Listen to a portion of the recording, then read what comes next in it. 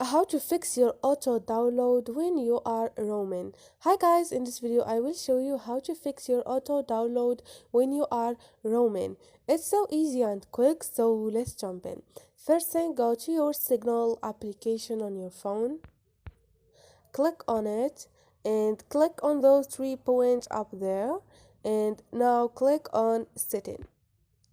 Scroll down and click on data and storage, and now you have media auto download.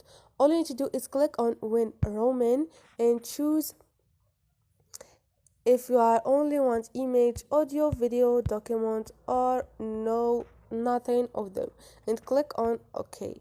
And this is it, how you choose your auto download when you are roaming on Signal application. It's so easy and quick. I hope this video was helpful to you, and if you liked the video, don't forget to subscribe and like.